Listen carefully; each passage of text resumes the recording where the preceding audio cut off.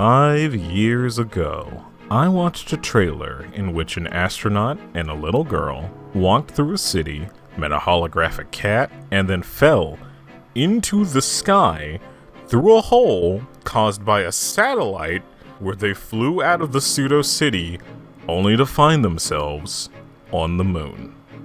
That was the announcement trailer to a new IP called Pragmata, and as the years went by, I wondered, what is this game going to be exactly? A year would pass, and a delay was announced, but still, no gameplay. 2023 would come about, and the game got a second delay, but finally showed some teases of gameplay, but not much.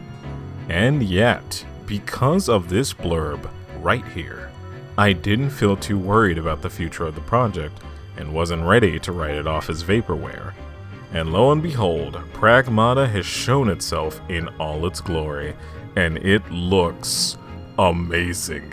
But now that this new IP has its foot in the door, and seems to finally be on track to a steady release next year, I now return to a ghost that's been haunting me for over a decade. In February of 2013, Capcom announced a new IP for the upcoming PlayStation 4. It was a game with beautiful looking cave environments, a game with a medieval fantasy setting that was on the rage back in those days, a game with a fire-breathing dragon that looked like what would happen if the Lagiacrus decided to become part snapping turtle, and a game that ended with the tagline, "Conquer your fear or die a coward," which is on par with "Willst thou get the girl or play like one?" Of course, I am talking about Deep Down, helmed by Japan's sweetheart, Yoshinori Ono. Sorry, I misspoke there. Helmed by the man who almost killed Street Fighter, Yoshinori Ono.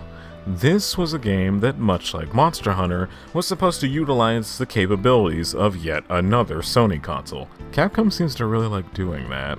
Made with their new proprietary engine, the Phanta Ray engine, which was going to replace the long-running MT framework, an engine that Capcom started using as early as the original Dead Rising, and is still being used to this day with recent games including Monster Hunter Stories 2, the Great Ace Attorney Chronicles, and the Capcom Fighting Collection series, showing that that engine still has quite a bit of life left in it. Meanwhile, Phanta Ray is dead in a ditch somewhere. Isn't it funny how things work out like that? Either way, people wanted to learn more about this mysterious new game, but you would have to wait 7 months till September. It was here at Tokyo Game Show 2013 that the game was shown off in far more depth and in turn given a lot more details. For one, this game is also in modern day. Modern day!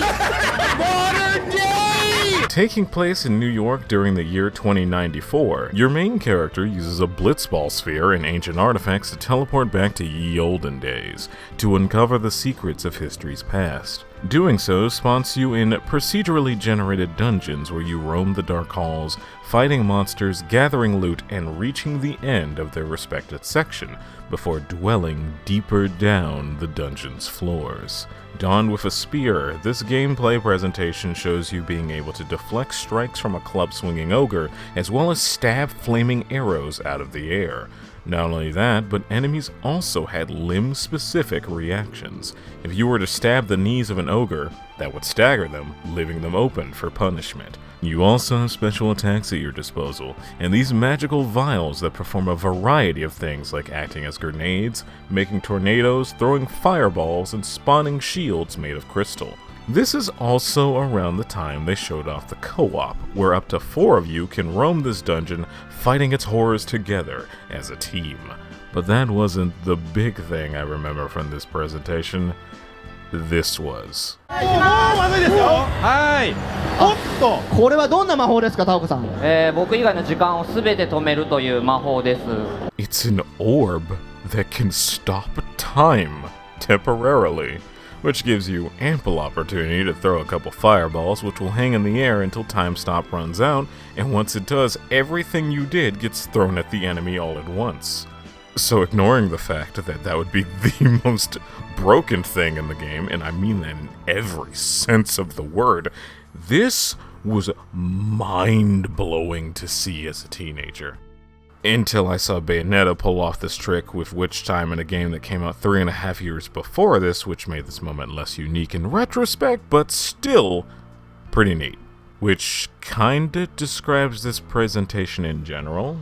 Looking back on it now, it was pretty rough in places, mainly with the camera, but it still looked like it had the makings of a solid game, even if aesthetically, it didn't stand out too much next to Capcom's other medieval fantasy IP, Dragon's Dogma. But the combat had signs of depth. The roguelike nature basically ensured you'd be playing this game forever, going, one more run guys, I know we could beat it this time. I even like the little virtual minimap you can bring up that gives you a minimalist idea of where you are and where you've been in the dungeon. It's cute. The future was, ironically, looking bright for Deep Down. Then they announced that this game would be free to play. And never before had I heard a statement that brought a game from 0 nails in a coffin to every single nail at once.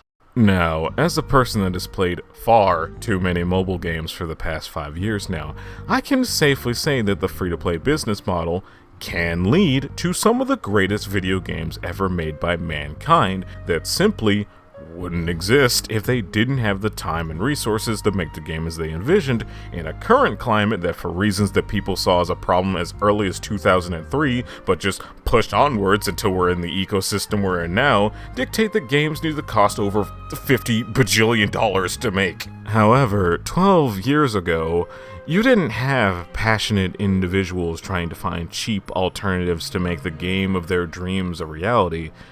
You had people getting you to spend $2 to swipe around another 5 pieces of candy. And even if that wasn't the case, I'm sorry to say, I do not think that Deep Down was going to be one of the greatest video games ever made by mankind.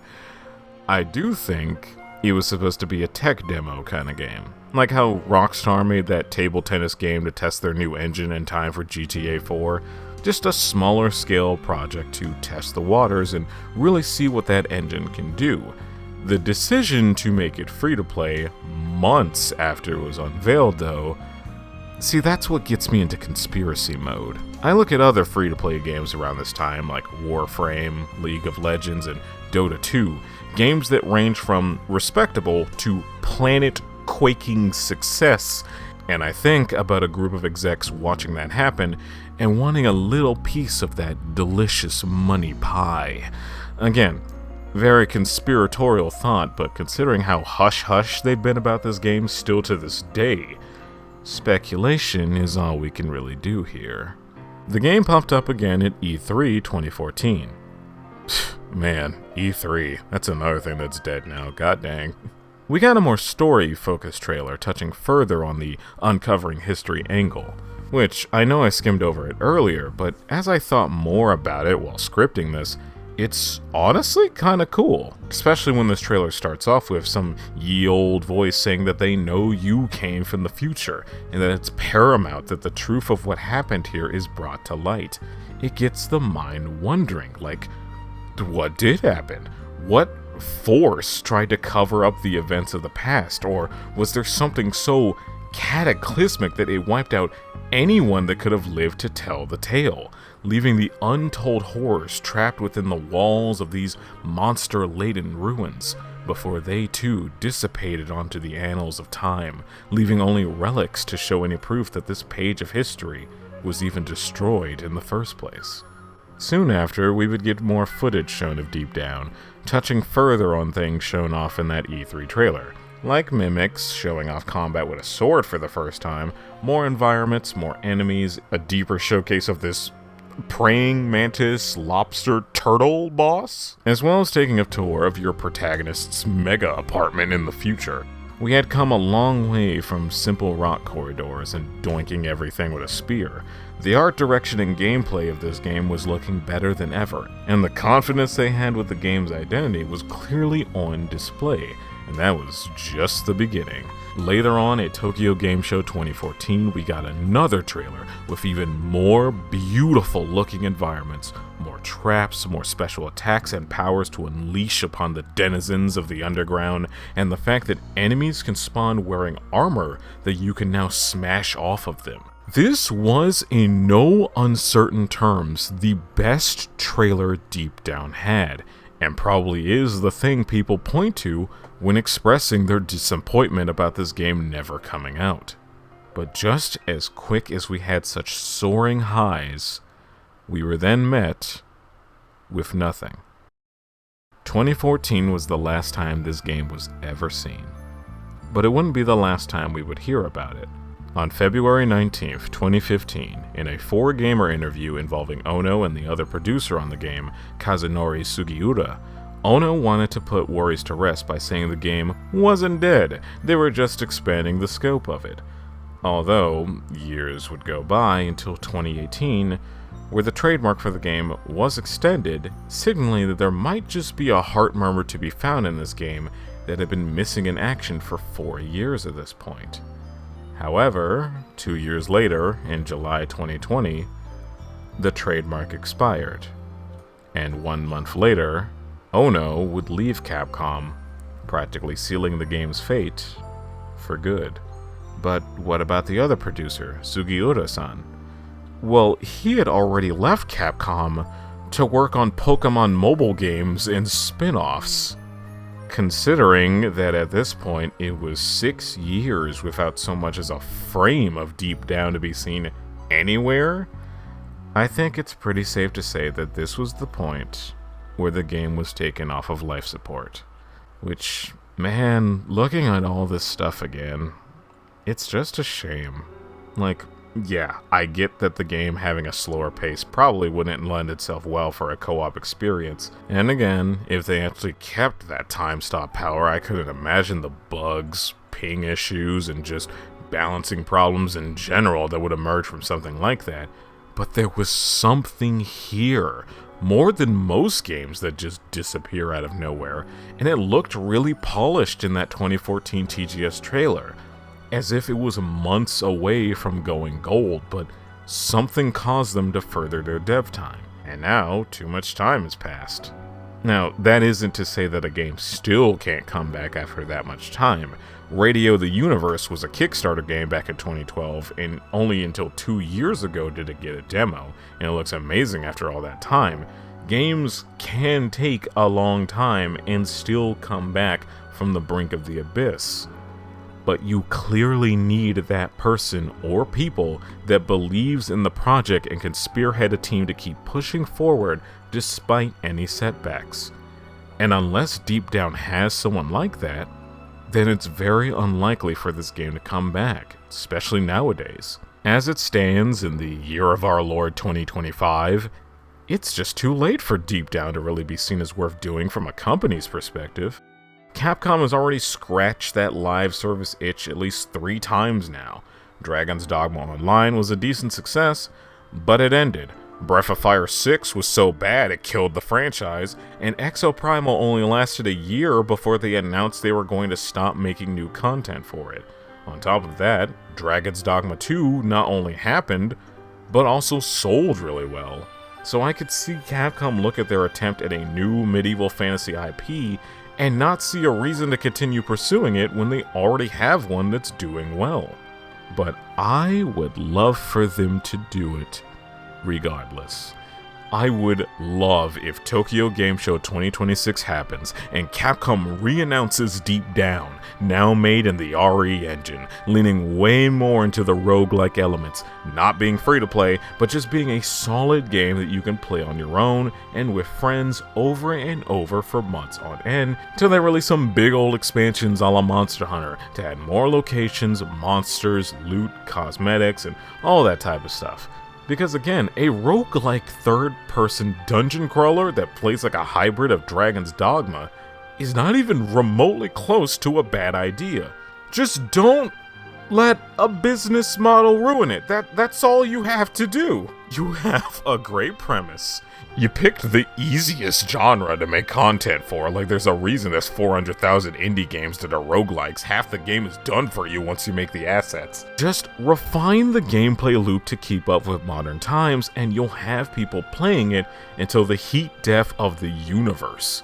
It's just a massive shame to see something with loads of potential just quietly disappear, as if, in a self-fulfilling prophecy, it became its own relic forgotten by history, leaving weirdos like me with way too much time on their hands to dwell back into its history, trying to figure out what happened. But that's probably getting too meta at this point. Either way, Deep Down might never happen, but there could always be a chance for it to surprise us out of nowhere and intrigue us all over again. Especially with the Capcom of today, which seems more willing to delve deep into their past. Until then, though, thank you all so much for watching. Be safe out there. I'll see you guys next time, and take care.